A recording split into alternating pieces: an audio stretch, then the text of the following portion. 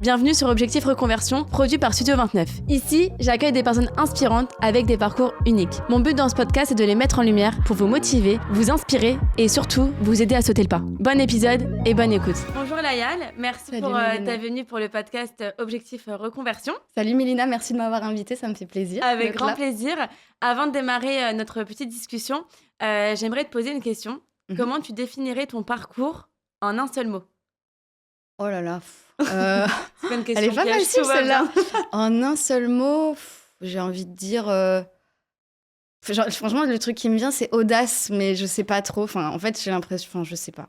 J'ai l'impression que c'est un peu prétentieux aussi de le dire, mais en vrai, Non, je me mets pas de limite, quoi. Enfin, j'essaye de pas me mettre de limite. Bah, c'est Et bien, de me t'as dire, raison. j'ai envie de faire quelque chose, je le fais. Ouais, on n'a qu'une vie. Voilà, faut c'est profiter. ça. Parce que j'ai plus peur de faire un truc que j'aime pas que de l'échec, on va dire. Donc, Ok. voilà, c'est... Alors, pour revenir après dessus, Ouais. déjà, j'aimerais savoir un petit peu quel type de petite fille t'étais dans ton enfance. Oh là là, j'étais hyper timide, mais vraiment paralysante, la timidité paralysante, tu sais, où C'est vrai ah oui, On dirait c'était pas terrible. pourtant. Ah bah non, mais je pense que il y a eu un énorme travail là-dessus et genre je suis plus moi-même aujourd'hui, évidemment, mais je pense comme chacun, tout un chacun, mais j'étais hyper timide, c'était très réservée, méga réservée, toujours jamais, enfin j'aimais pas être mise en avant. Ah ouais, c'était Ah ouais une maladie, ouais. Et vraiment. comment t'as vaincu cette timidité ? Je sais pas trop, je saurais pas trop dire, mais c'est en grandissant, en prenant du recul.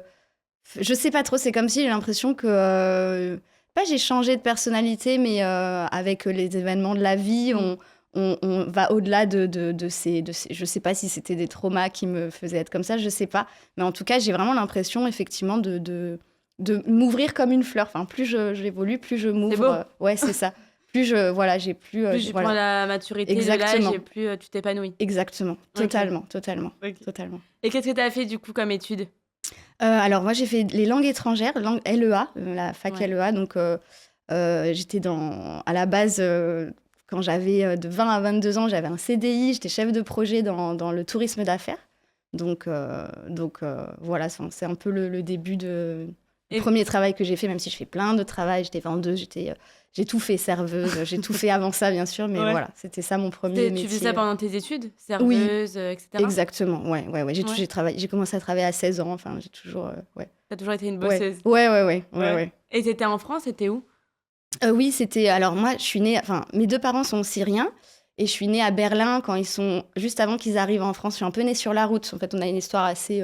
Ah ouais ? Ouais, assez folle quand même, faut le dire. C'est-à-dire ? Enfin, mes parents, pour eux, c'est eux les battants, c'est eux les bosseurs, et c'est eux qui m'ont montré l'exemple, parce que ils sont venus en France, donc quand je suis née, enfin, au moment où je suis née, ma sœur aussi est née en Allemagne, un peu sur la route. Et quand on est arrivé en France, pour la petite histoire, pour la petite anecdote, ils avaient nulle part où aller. Donc moi, j'étais bébé, j'avais 6 mois, je crois, et j'avais de la fièvre.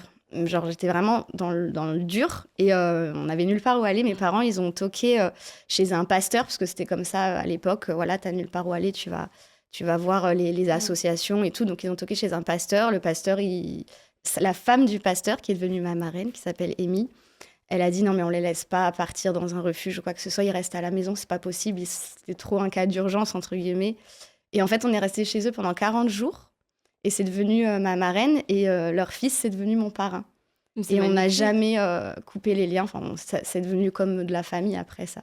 Et voilà. Donc, ouais. C'est trop beau. Ouais. Et après, du coup, tu as vécu en France avec tes parents C'est ça, on a vécu en Alsace. J'ai grandi en Alsace, du coup. Et après, à l'adolescence, maintenant, je suis basée dans le sud. Donc, on a déménagé dans le sud, ouais. D'accord, ok. Donc, tu as fait toutes tes études dans le sud ?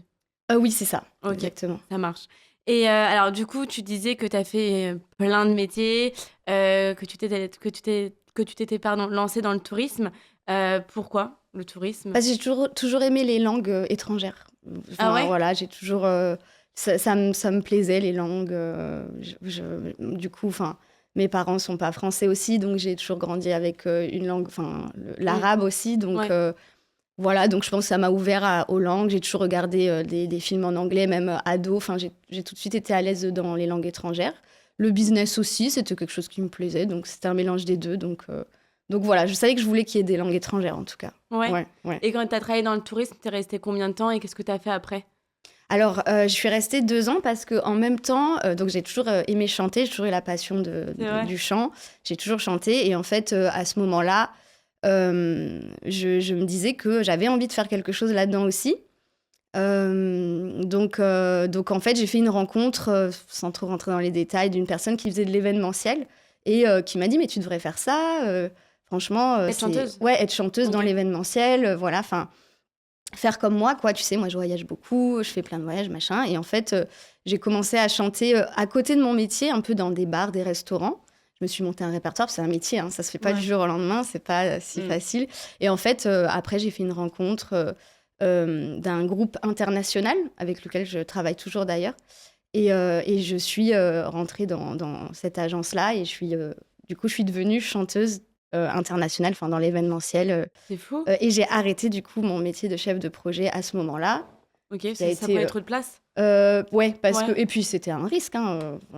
Voilà, j'ai dit en fait moi c'est ça que je veux faire maintenant, donc je vais me laisser l'espace pour le faire. C'était jamais garanti, de toute façon c'est jamais garanti. On sait jamais. Mais j'avais 22 ans à l'époque, 21, 22 ans à l'époque, et j'ai laissé mon CDI et je me suis lancée à 100% dans ça. Et t'as pas eu peur? Si. Bien sûr. Ah ouais? Ouais, mais même la partie financière, la partie sécurité. Après, j'ai quand même fait les choses bien pendant 1 an. En fait, j'ai voulu avoir le statut intermittent du spectacle parce que c'est un statut quand même qui sécurise les artistes, en général, les gens qui sont dans le spectacle, parce que justement, même les périodes où tu travailles pas, tu as un salaire minimum, on va dire, mais c'est toi qui cotises pour ça.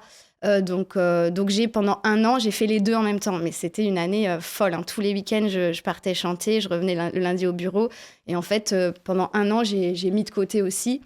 Et j'ai pu monter mon dossier de statut d'intermittente du spectacle, justement, pour pouvoir faire les choses bien. J'ai fait les choses bien. J'essaie toujours quand même de faire les choses bien, mais c'était 1 an de folie où même à la fin, mon ancien patron, qui était adorable quand j'étais chef de projet, il m'a dit « Mais là, par contre, t'es épuisée au bureau, c'est plus possible, il faut que tu prennes une décision. » Et c'est lui qui m'a poussée. J'ai dit « j'arrête. Dans 3 mois, j'arrête. » Voilà, j'avais laissé quand même 3 mois pour... parce que j'avais une super relation avec... C'était une super expérience aussi, même si c'est pas pour moi. Ça consistait à quoi, ce métier, chef Ce métier, c'est vraiment... En fait, tu organises des événements. C'est aussi dans l'événementiel, en fait, au final, pour des entreprises, souvent étrangères, qui veulent venir sur la Côte d'Azur. Donc, on appelle ça des incentives, en fait. Okay. Et donc, voilà. Donc, c'est des entreprises étrangères qui viennent et tu organises tout, de l'hôtel... à la soirée par exemple, la soirée de gala, les parcours touristiques, etc., dans le sud. Donc, tu organises tout de A à Z. Voilà, t'es chef de projet de cette entreprise-là qui vient faire son événement dans le sud. Donc, c'est intéressant aussi. Ah ouais. Tu vois plein de choses. Moi, je connaissais pas ça. Pourtant, je vais souvent en Côte d'Azur, mais... ouais. Donc, les entreprises passent par des agences comme ça, des agences de tourisme d'affaires. D'accord, ouais, pour faire ça. Donc, Ok, ça marche. Et alors, du coup, tu as été chanteuse, du coup, tu as quitté ton CDI pour devenir officiellement chanteuse à temps plein. Oui. Ça a duré combien de temps? Est-ce que tu es partie à l'étranger? Est-ce que tu as fait des disques? Je sais pas, moi, Oui, alors, j'ai fait... Donc, ça fait 10 ans que je le fais toujours. Hein. Je le fais toujours. C'est pas quelque chose que j'ai envie d'arrêter. C'est un métier passion. Ouais. Par contre, comme j'ai 2 enfants en bas âge, j'ai plus envie de partir autant que je l'ai fait. Parce qu'il y a une époque où je partais peut-être... tout le temps, en fait. Enfin, je pouvais faire 4 shows dans une semaine et faire 5 destinations. Ah ouais. Voilà, c'était très intense. Avec des enfants, c'est pas possible. C'était très intense, mais c'est ça c'est ça qui me fait bouffer, j'ai envie de dire. Ça me fait manger, c'est ça depuis 10 ans. Donc voilà, c'est quelque chose aussi que j'ai pas envie d'arrêter. Et je sais plus ce que tu m'as demandé. Est-ce que tu as déjà fait un disque, un single? Oui, alors j'ai fait des compos, j'ai essayé, j'ai fait des castings aussi, j'ai fait tout ça. Et franchement, c'était des... Enfin, même encore aujourd'hui, je me dis un jour peut-être j'y reviendrai. Mais en tout cas, là, j'ai plus envie de ça. Voilà, c'est plus ça qui m'anime aujourd'hui, même si chanter, ça m'animera toujours. Mais en tout cas, vouloir mettre en avant des compos personnels, etc. Je l'ai fait, j'ai collaboré avec des gens super et tout. J'ai fait aussi du studio. J'ai même fait une chanson avec Laurent Wolf. C'est un petit peu un dossier parce que c'était il y a tellement longtemps. Je crois que j'avais 18 ans. Donc ouais, j'avais été sélectionnée. Ouais, par contre, c'était cool parce que c'est quand même un grand artiste. Ouais. Ouais, j'avais chanté sur une de ses prods. Donc, à l'époque, j'avais gagné un casting Fun Radio. J'ai fait l'émission Good Singer aussi, voilà, où c'était super. J'ai chanté avec Soprano, qui est tellement gentil. Et c'était trop bien, c'était un super moment. Donc, j'ai fait des petits trucs cool. Voilà, après, ça a jamais percé en tant qu'artiste solo. Mais pour moi, il n'y a pas que cette manière d'être chanteur ou d'être artiste. Parce que les artistes il y a des chanteurs tellement incroyables dans d'autres domaines comme l'événementiel, comme les choristes, les comédies musicales, voilà. Donc voilà. Mais toi, tu chantais en solo ou non? Non, je suis souvent. Alors, j'ai fait aussi du solo. Ça m'est arrivé, mais c'est beaucoup plus souvent avec d'autres artistes, voilà, ou avec des musiciens, des orchestres live aussi. J'ai fait aussi beaucoup d'orchestres live. Donc, c'est donc super, quoi. Enfin, il y a vraiment des groupes géniaux qui existent, quoi. Donc, c'est cool. Ouais. Mais ce qui est dingue, c'est que tu me dis que t'étais hyper timide. Et tu me dis maintenant que t'es chanteuse, tu fais de la scène. Mais moi-même, je sais pas. Franchement, je sais pas trop. Effectivement, je pense que j'ai quand même aussi quelque chose où genre... où je suis, on m'a dit ça hier d'ailleurs, t'es tenace. Ouais. Tu lâches pas. Non, je lâche pas. Je sais que c'est peut-être pas, j'avais pas tout pour tout avec moi pour faire ça, mais j'avais envie, ça m'animait, j'ai pas lâché, je me suis pas laissée paralyser. À chaque fois, je faisais un pas de plus, même si ça pouvait me tétaniser certaines situations. Et voilà. Donc après. J'ai eu beaucoup de moments où je me suis fait marcher dessus ou machin, mais justement, C'est vrai. Ouais. Et comment tu faisais clairement, du coup parce que quand tu t'effaces, il y a des gens qui peuvent en profiter aussi. Mais en même temps, non, franchement, c'était pas non plus. J'ai toujours l'impression que j'avais une protection, que j'avais quelque chose qui m'aidait. À chaque fois que je faisais un pas, on me propulsait un petit peu, genre, vas-y, c'est bien. Comme on dit, aide-toi, le ciel t'aidera, quoi. Et ça, je pense que c'est vrai, vraiment. Et tes parents, ils te soutenaient? Oui. Ils n'avaient pas peur que tu te lances dans la chanson et que... Non, mes parents, c'est pas du tout des parents qui interviennent et qui me disent fais pas jamais de la vie, quoi. Et au contraire, c'était par contre, il y avait toujours de la discussion, mais si toi tu sens que c'est ce que tu dois faire, ils m'ont toujours fait confiance. Et voilà, donc non, pas du tout. Et comment tu faisais pour... quand tu disais qu'on te marchait dessus, entre guillemets, comment tu faisais pour te relever parce que t'étais jeune? Ouais, après, je pense que ça arrive à tous, c'est pas que aux gens timides. La vie n'est pour pas... tout le monde. Enfin, voilà, c'est pour ça qu'on a des enfants, on se dit purée, le bordel, quoi, dans quoi ils se lancent. Donc, ouais, c'est dur parce que tu sais que c'est pas facile, que la vie est dure, la collectivité, l'école, tout ça, c'est... Mais non, je pense qu'on vit tout ça, hein, timide ou pas timide. Moi, j'ai des moments, je me rappelle, même en maternelle, qui m'ont traumatisée. Genre, je m'en souviens encore, je sais pas si c'est normal d'ailleurs. Alors moi, je me rappelle de rien en maternelle, y a rien qui m'a... tu vois, je pense que je suis un peu hypersensible aussi, et voilà, tu vois. Mais non, comment? T'avances en fait, tête haute, il n'y a pas le choix, c'est comme ça, on est là pour avancer, quoi. Bon, c'est bien, au moins, tu as réussi à passer le cap, à passer au-dessus. Exactement. Et donc, alors du coup, après, donc tu es chanteuse toujours. Qu'est-ce que tu décides de faire après? Parce que tu me dis que tu as eu des enfants. Oui. Donc, t'es maman. Exactement. Donc, du coup, quand tu as eu tes enfants, tu faisais que de la chanson ou tu faisais déjà un autre métier avant en plus? Enfin, qu'est-ce que tu faisais? Non, j'étais que chanteuse. Ouais. Alors, quand j'ai eu mon premier enfant, c'est là où j'ai commencé. Donc, j'étais que chanteuse à ce moment-là. Il y a eu le Covid. Donc, pendant presque 1 an, je n'ai pas eu de date. J'ai pas eu de date événementielle et j'ai pas chanté. Mais j'étais trop contente parce que j'étais avec mon bébé. Donc, moi, j'étais trop heureuse. Ah oui, c'est t'as combien d'enfants? J'ai 2 enfants. Ah, ils sont tout petits les deux? Ouais, 5 et 2 ans. Ah oui, ok. Mais je voulais pas, moi, laisser mon bébé. En fait, je voulais vraiment vivre ma maternité à fond. Après, peut-être, il n'y aurait pas eu le Covid.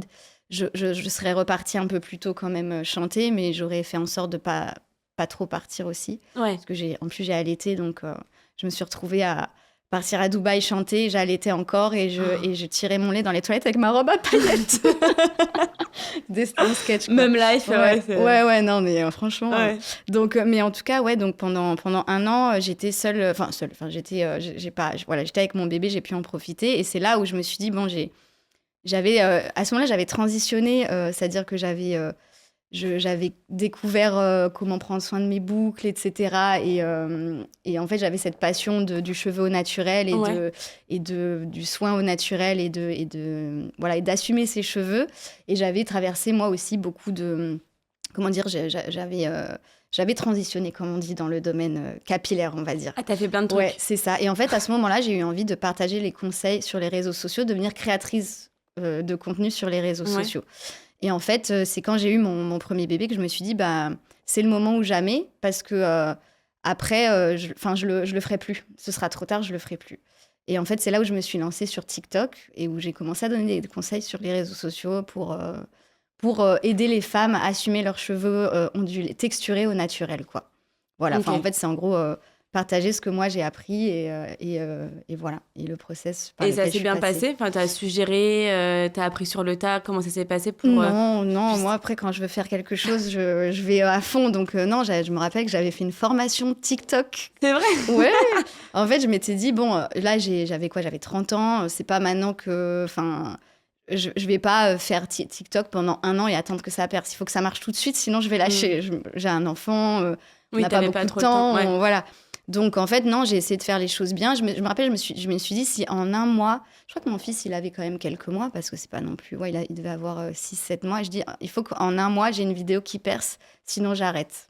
Voilà, parce que... Ah ouais. Voilà, genre... Ah, donc, toi, tu rigoles pas, toi, t'es... bah ouais, puis en plus, comme j'avais fait la formation TikTok, j'avais compris que ça peut aller très vite et qu'il faut poster tous les jours. Donc normalement, en 1 mois, si t'es bien dans ta niche, si t'as bien ciblé ta niche, etc., normalement, ça prend. Ouais. Voilà, donc...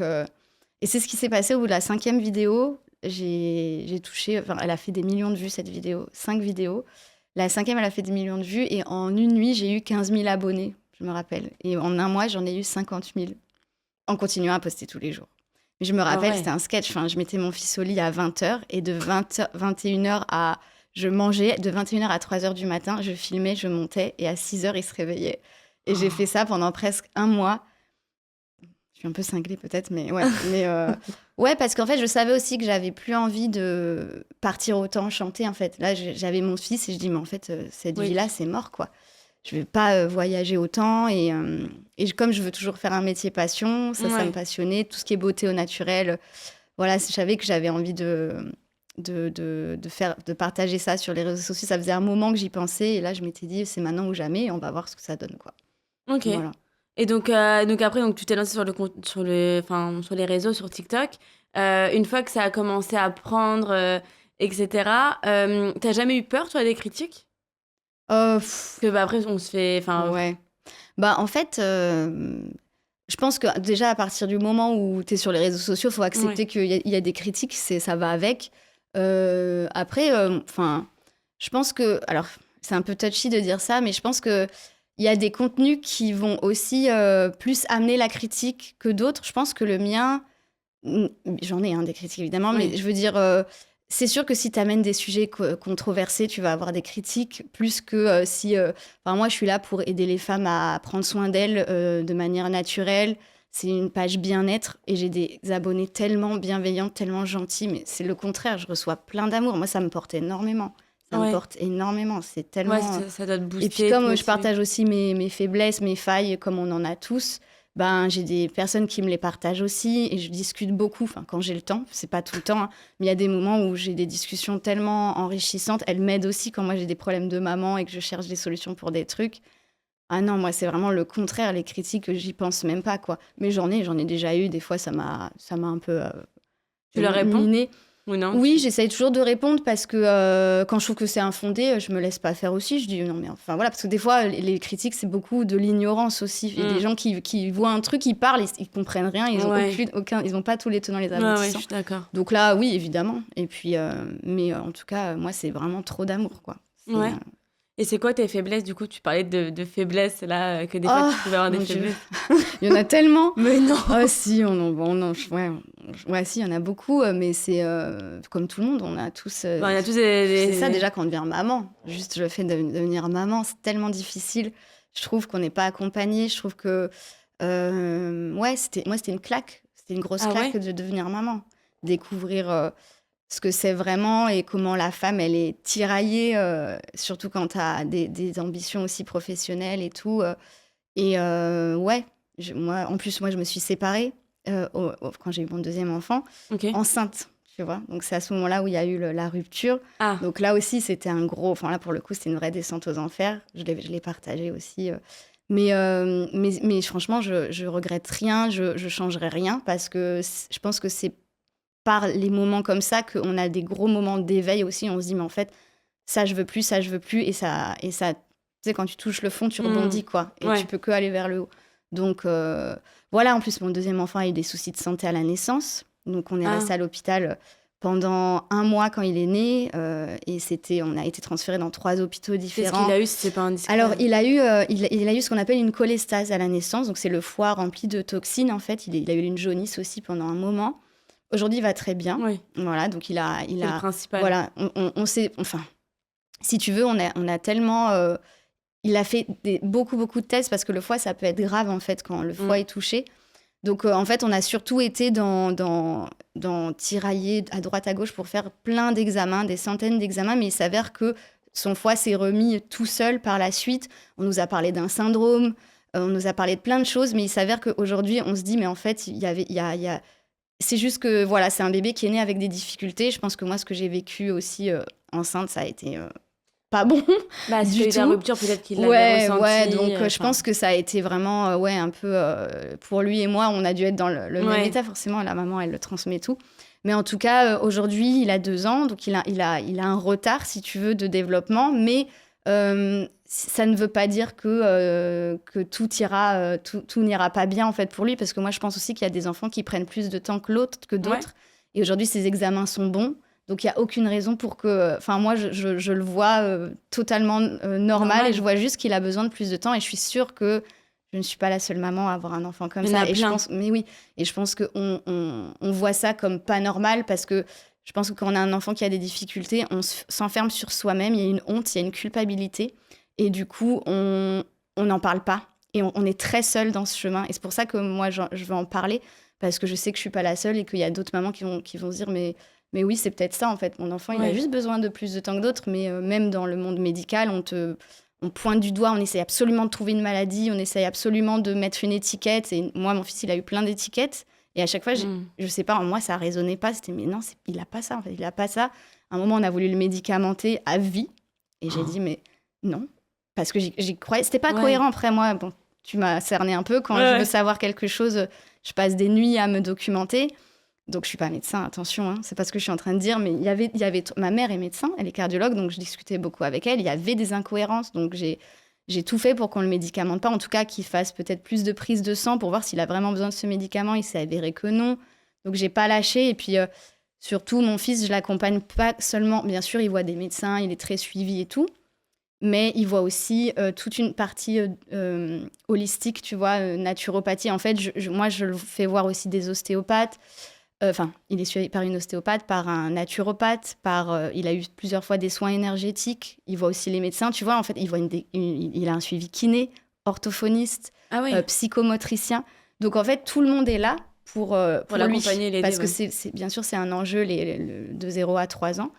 Et il s'avère qu'il fait des progrès de fou et que, en fait, moi, je me dis que tout va bien. C'est juste qu'il a eu un démarrage plus compliqué qu'un autre. Et voilà. Franchement, c'est beau. Hein. Il a la chance d'avoir une maman comme toi parce que ça prend quand même du temps. Moi, j'ai de la chance de l'avoir aussi. C'est un bonheur, ce petit. Oui. J'imagine. Incroyable. Ouais. J'imagine. Et alors, je pense pour ceux qui nous écoutent, je pense qu'il y en a beaucoup qui ont vécu des ruptures amoureuses, enceintes, enfin voilà. Oui. Puis même pas que enceinte, je pense que... même en dehors d'être enceinte. Ouais, je veux dire, souvent, c'est les premières années qui sont...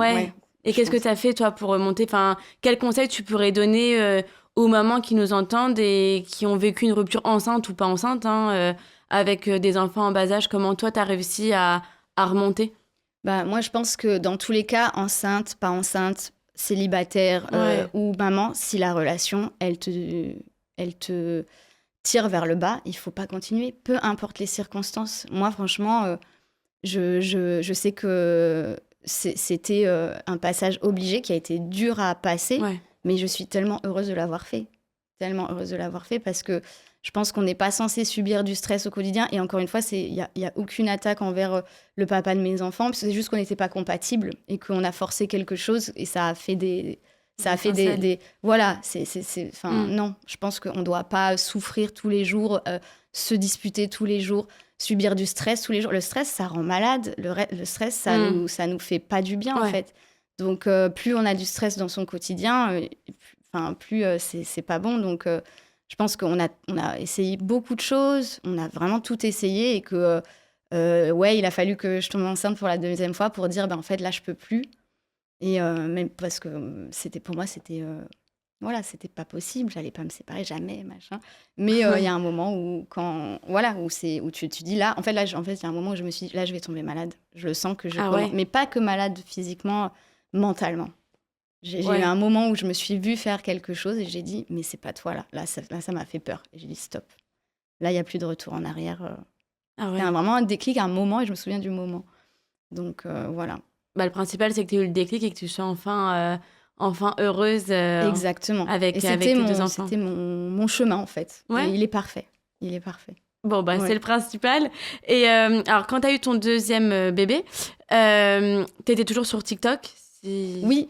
Et donc, ça faisait déjà 3 ans? Ça faisait... non, ça faisait 2 ans. 2 ans? Ouais, ils ont 3 ans de différence. Mais attends, moi, j'ai commencé en mai 2021. Non, en fait, j'ai dit des bêtises. Mon fils, il avait déjà 1 an, mon premier garçon. D'accord. Ouais, c'est pas tout de suite que je me suis lancée. Ouais, il avait un peu plus.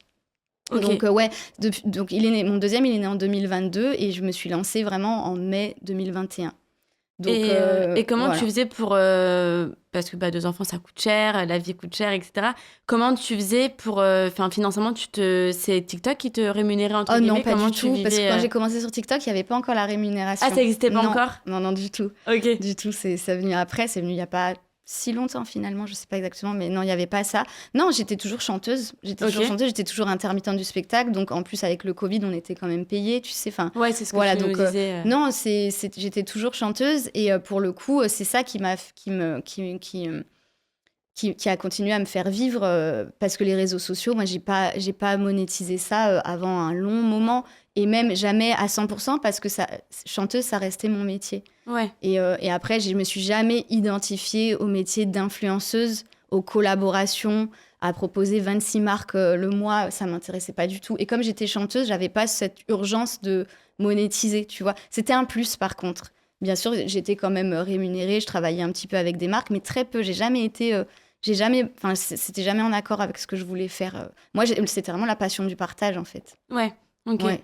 Et je vais juste revenir sur un truc. Quand tu as quitté ton CDI, du coup, tu étais à temps plein chanteuse. Même si tu touchais du coup une rémunération avec l'intermittent du spectacle, je pense que vous perdez un petit peu quand même. Je me rends pas compte, mais c'est... Est-ce que c'est tout le temps le même salaire ou ça varie selon... Quand tu as d'autres rémunérations, bien sûr, tu les déclares ensemble et tu touches pas, tu vas pas forcément toucher d'intermittence. Les mois aussi où tu as beaucoup de cachets, tu en touches pas non plus. D'accord. Ça, c'est vraiment quand tu n'as rien, où tu as cette sécurité-là.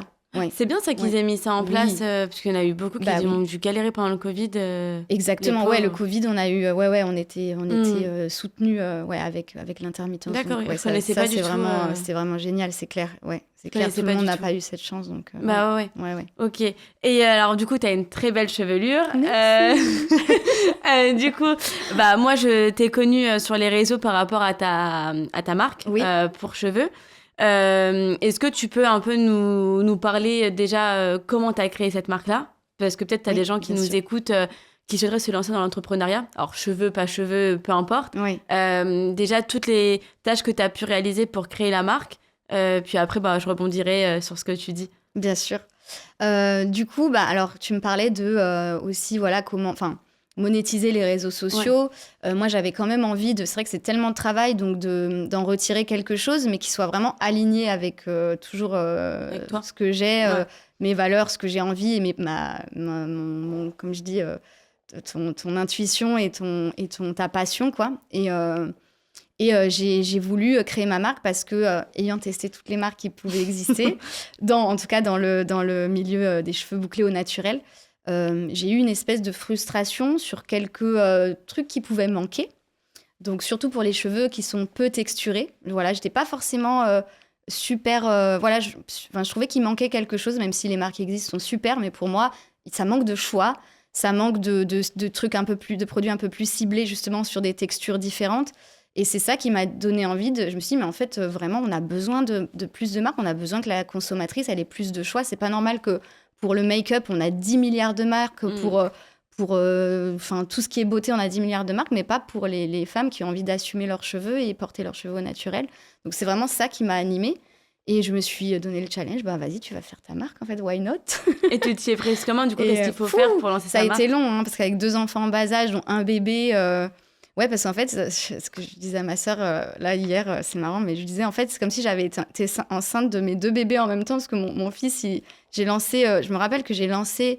En tout début 2022, le projet Aya Curls. C'est en 2022? Voilà. Ouais, ça a mis du temps, hein, parce que justement, je me suis laissé le temps, mais j'ai pas lâché. Enfin, je me suis laissé le temps, c'est juste que ça met longtemps, mais ça aurait pu aller beaucoup plus vite. Mais avec des enfants, voilà, l'essentiel pour moi, c'était de le faire et de pas lâcher.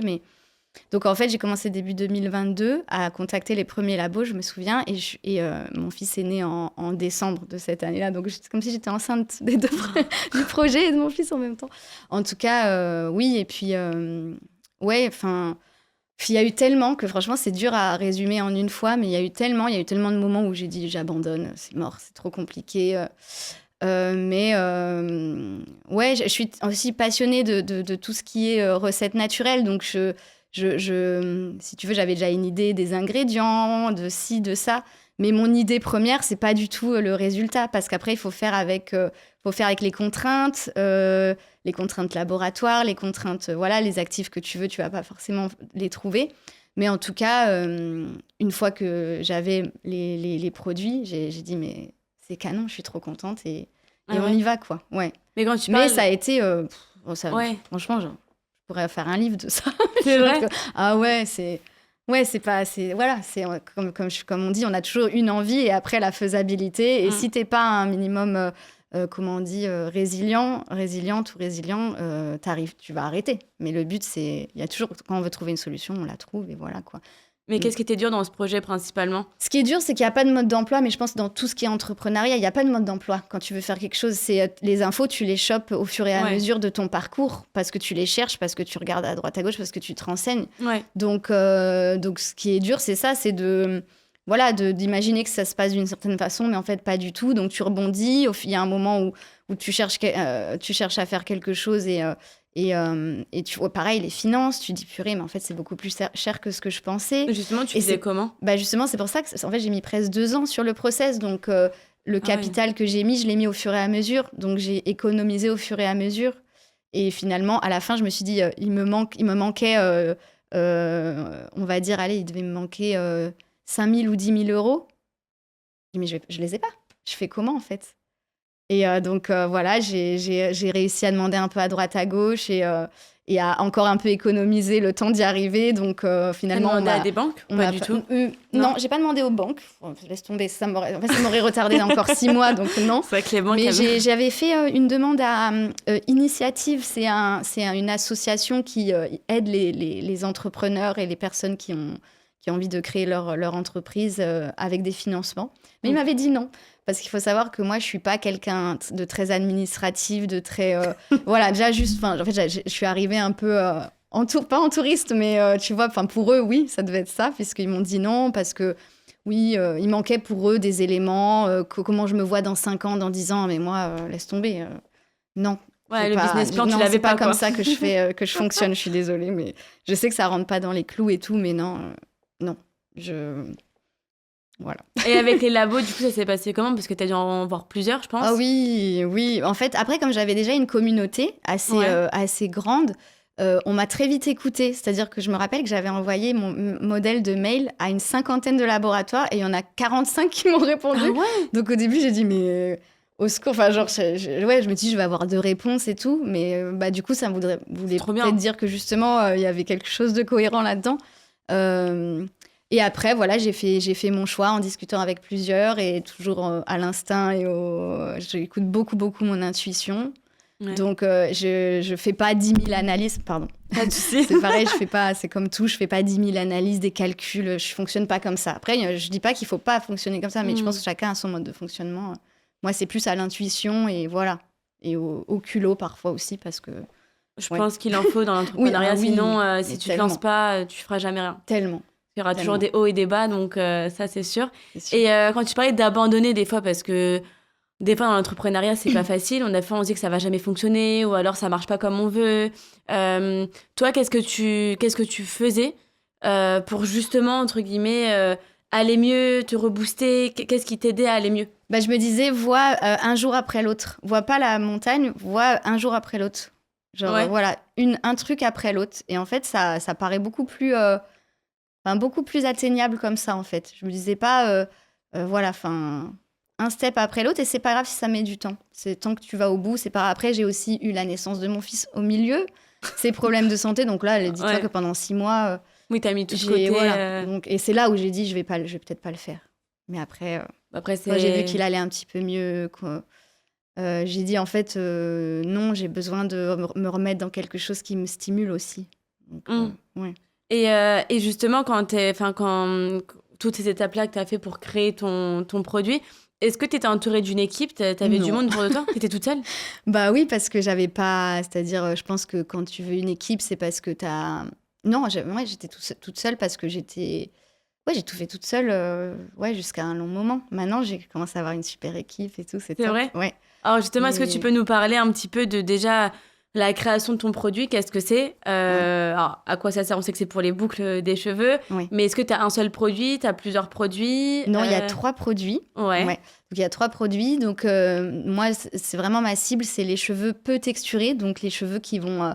avoir ce qu'on appelle une porosité faible, donc le mot est un peu peut faire peur, on comprend là, pas moi, trop. Tu m'as perdu, mais là. C'est juste des cheveux qui vont moins réussir à absorber tout ce qui va être beurre, huile, etc. Tout ce qui va être produit plus riche. D'accord. Donc c'est des cheveux qui ont besoin de produits un peu plus légers et de plus de définition et de tenue, puisque les boucles vont moins avoir tendance à tenir, etc. Ouais. Donc, nous, on a vraiment ciblé des produits qui vont répondre à ce besoin, on va dire. Donc, il y a 3 produits. Donc, en fait, c'est des produits coiffants donc qu'on va mettre sur les cheveux quand ils sont encore mouillés pour venir définir les ondulations ou les boucles.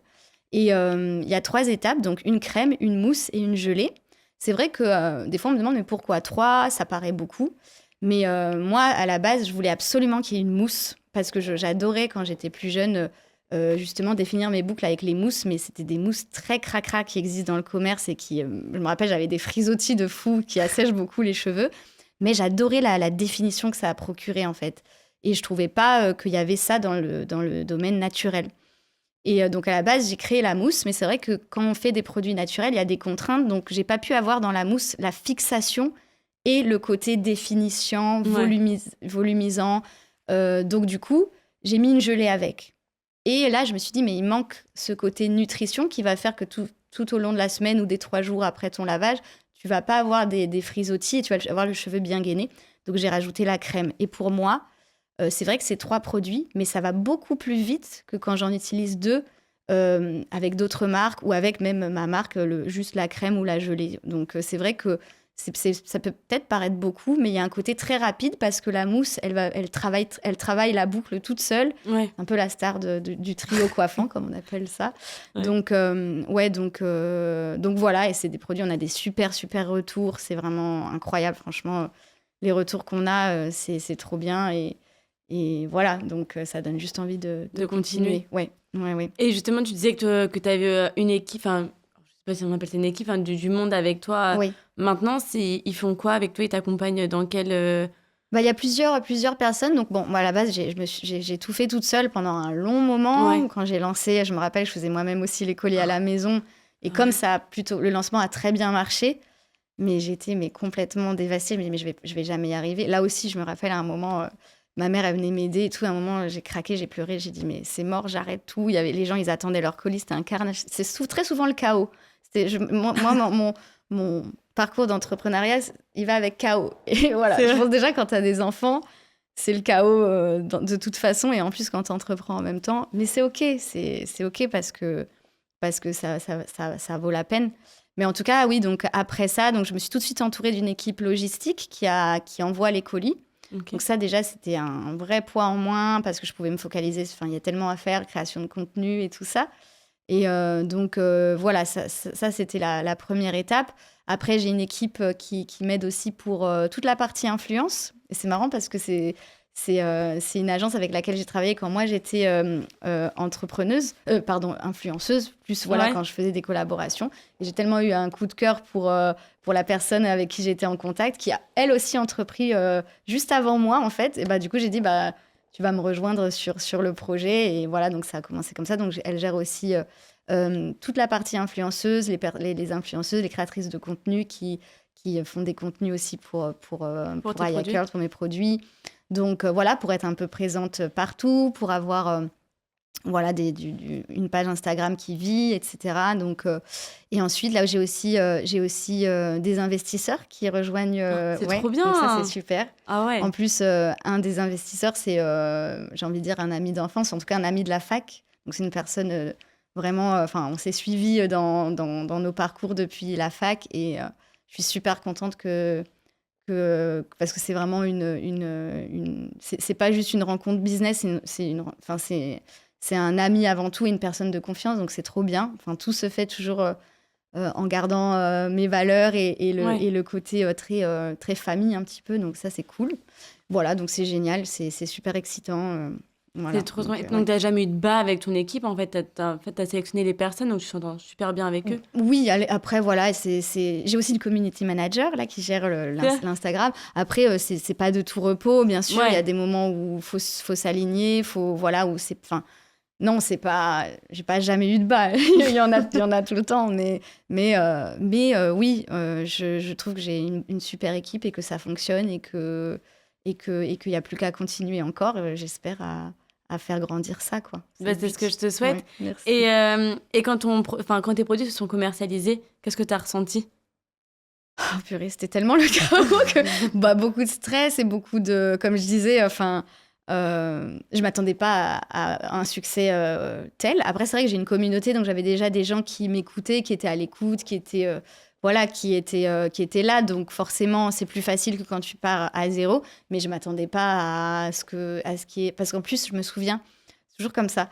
Quand j'ai lancé la gamme, j'ai fait des vidéos. À ce moment-là, j'avais fait quelques contenus sur les cheveux. Mais même pas avec mes produits. Et je me rappelle que j'avais fait le 1 million de vues sur Instagram et sur TikTok en même temps, ce qui n'arrive pratiquement jamais. Le million de vues, déjà sur un des réseaux, il faut y aller. Les deux en même temps. Donc, j'ai eu une vague de gens qui... forcément, ça crée beaucoup d'engagement sur le moment. Et là, j'ai lancé la vidéo de ma gamme, en fait, et le site internet, le lien, etc. Donc, forcément, j'ai eu énormément de commandes au lancement. Et ça a été un carnage. C'était génial, mais en même temps, c'était ingérable. C'était quand? Tu l'as lancé à combien de temps, du coup? Et je dis, purée, pourquoi c'est pas arrivé quand j'étais prête, quoi, quand j'avais la logistique, quand j'avais tout? Mais non, bien sûr que non, ça t'arrive quand... Et t'avais assez de produits? Mais c'était génial, merci l'univers, merci mes anges, merci, voilà. Et t'avais assez de produits, t'avais assez de stock? Non, j'étais en rupture de stock 3 fois au début. Oui, c'était n'importe quoi. J'ai perdu beaucoup de ventes. J'étais pas équipée, en fait. J'avais pas prévu ça. Parce que ça arrive pas, je pense. Ou peu, je sais pas. Mais en tout cas, non, ouais. Si, ça arrive, bien sûr. Mais je veux dire, non, j'ai perdu beaucoup de ventes. J'ai mal géré. À un moment, je me rappelle que j'ai juste voulu arrêter le site internet parce que je voulais, en fait... Là, si des entrepreneurs m'entendent, ils vont me dire, mais t'es cinglé. Mais juste parce qu'en fait, je voulais pas faire attendre les gens, en fait. Ça me faisait... Moi, ça se faisait pas parce que je savais qu'ils allaient recevoir leur truc dans 3 mois si je continuais. Donc, à un moment, j'ai arrêté les ventes. Bref, je les ai remises assez vite après. Mais j'étais... on n'est pas préparé. L'entrepreneuriat, pour moi, c'est ça. C'est tu fais des erreurs et c'est comme ça, en fait. Et tu t'adaptes et tu rebondis, quoi. Mais des erreurs, j'en fais encore tout le temps. Voilà, c'est comme ça, quoi. On n'a pas l'expérience, c'est nouveau. Donc, quand on n'a pas l'expérience, on ne peut pas faire tout parfaitement. On se dit, ah purée, là, on découvre le truc qui aurait pu te servir, mais après, un peu trop tard. Voilà, donc... Bon, après, si t'étais en rupture de stock, c'est que ça a bien fonctionné. Donc, dans un sens, c'est quand même... super positif, voilà, évidemment. C'est mais c'est vrai que c'est positif, mais derrière, il faut assurer. Mais en tout cas, c'est top. Et alors, hier, tu me disais que t'étais à un pop-up. À ton premier pop-up, c'est ça?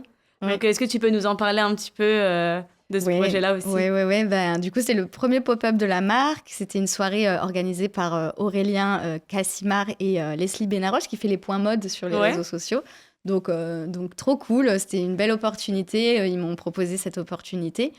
Donc, j'étais avec 10 autres créateurs, 10 autres 10 autres marques. Et le soir, il y avait beaucoup de people, d'invités, d'influenceurs. J'ai rencontré toute la Star Academy, ils sont tellement adorables. Ah ouais? Et ouais. Et puis, du coup, voilà, j'ai fait des petits cadeaux et tout ça. Et il y avait beaucoup de personnes qui sont en recherche, quoi, qui veulent... Ils disent, putain, purée, je suis dans cette recherche où j'ai envie de savoir comment m'occuper de mes cheveux. Et donc, c'est cool, ça a suscité de l'intérêt. Il y a eu des super échanges, des super discussions. Donc, c'était top, c'était cool. C'était une première aussi. Et ça s'est mis comment en place? Comment on met en place un pop-up, en fait? Parce que ça prend... Déjà, il y a mon équipe, du coup, marketing qui m'a beaucoup soutenue pour ça, qui a l'expérience et qui m'a guidée. Donc, voilà, merci à elle, ça, c'est top. Et c'était, ouais, on a organisé ça pour faire au mieux, pour pouvoir présenter au mieux les produits, parce que c'est vrai que la journée, en fait, c'était ouvert aux clientes. Mais comme c'est vrai que quand on ne connaît pas la marque, on voit les produits, on ne comprend pas. Donc nous, par exemple, on a mis des visuels, on a mis un écran qui montrait les vidéos, qui montrait les différents profils pour comprendre un petit peu à quels cheveux ça parle. Et pour pouvoir, que ça parle aux gens. Ouais. Et nous, on était là pour discuter avec les gens. Et le soir, il y a eu les invités qui sont arrivés, les influenceurs, etc. Donc c'était cool, là aussi, qui découvraient un petit peu... ce qu'on faisait, des nouvelles marques et tout. Donc, tu devais être comme une dingue quand même, parce que c'est une belle concrétisation quand même. Oui, franchement, c'est clair. Ouais, non, c'est top. Je me dis que en fait, c'est une aventure. L'entrepreneuriat et faire ces choses-là, c'est beaucoup de nouveautés, en fait, et c'est excitant. Donc ouais, c'est top. Et je me dis, j'ai hâte à la suite, parce que voilà, je pense qu'il y en aura plein d'autres, des opportunités comme ça. Donc c'est cool. Mais après, voilà, c'est toujours... stressant, il y a plein de choses que je ferai différemment la prochaine fois. C'est toujours pareil, c'est du nouveau. Donc on peut toujours faire mieux et s'améliorer. Mais non, c'est génial. C'est génial. Et quels sont tes projets, peut-être à court terme, moyen terme? Est-ce que tu as déjà des projets où tu vis au jour le jour? Comment tu vois la suite dans l'entrepreneuriat?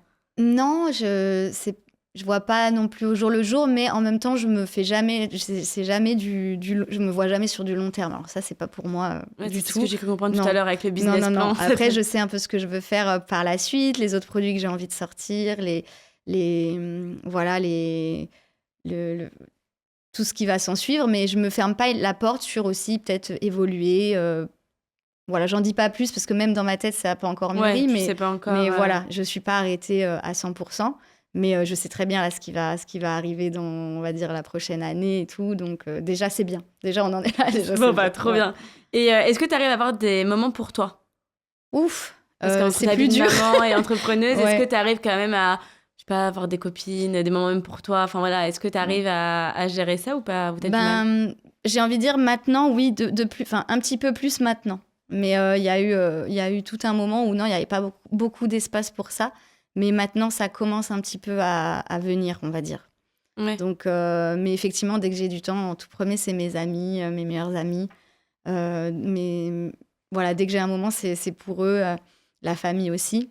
Et mes enfants, parce qu'effectivement, voilà, c'est eux avant toute chose, c'est eux en premier. Ouais. Voilà, c'est pour ça que d'ailleurs, même en tant qu'influenceuse, ce que je disais dans une de mes dernières vidéos, j'ai jamais fait d'événement, j'en ai fait un, je crois. Je dis un ou deux, mais en fait, j'en ai fait qu'un en tant qu'influenceuse avant ça. Le pop-up, c'est mon premier événement d'influence, en fait. Donc, parce que, il faut les faire garder, etc. Il faut les faire garder. Puis, moi, je fais déjà aussi des déplacements à l'étranger, donc je peux pas tout faire non plus. Et donc...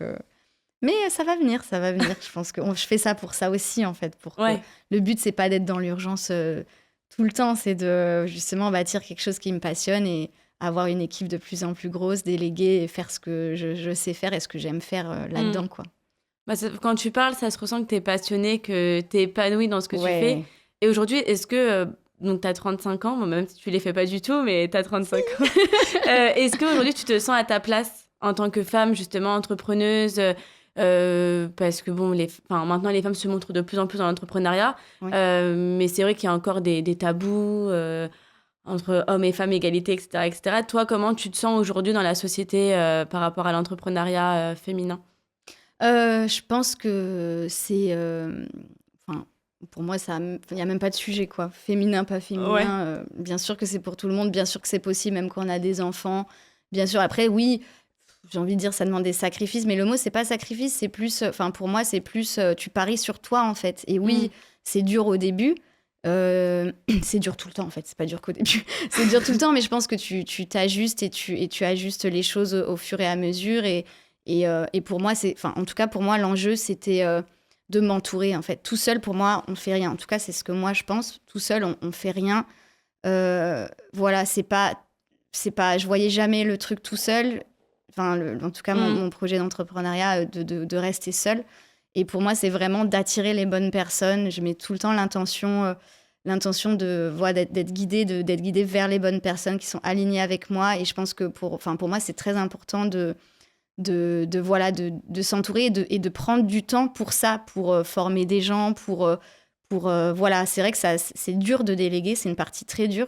Mais en tout cas, pour moi, entreprendre sans ça, c'est vrai que j'y serais peut-être pas allée, quoi. En gros, c'est de pas voir la chose comme peut-être quelque chose de solitaire, mais qu'on soit une femme ou un homme, quoi. Après, ça dépend bien sûr de tout un chacun, mais moi, c'est comme ça que je le voyais.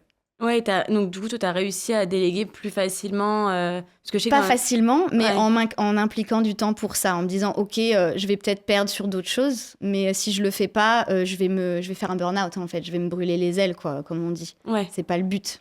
Oui, non, c'est pas le but. C'est Sinon, pour moi, c'est ça, c'est là où il y a le risque de te casser la figure. Ouais.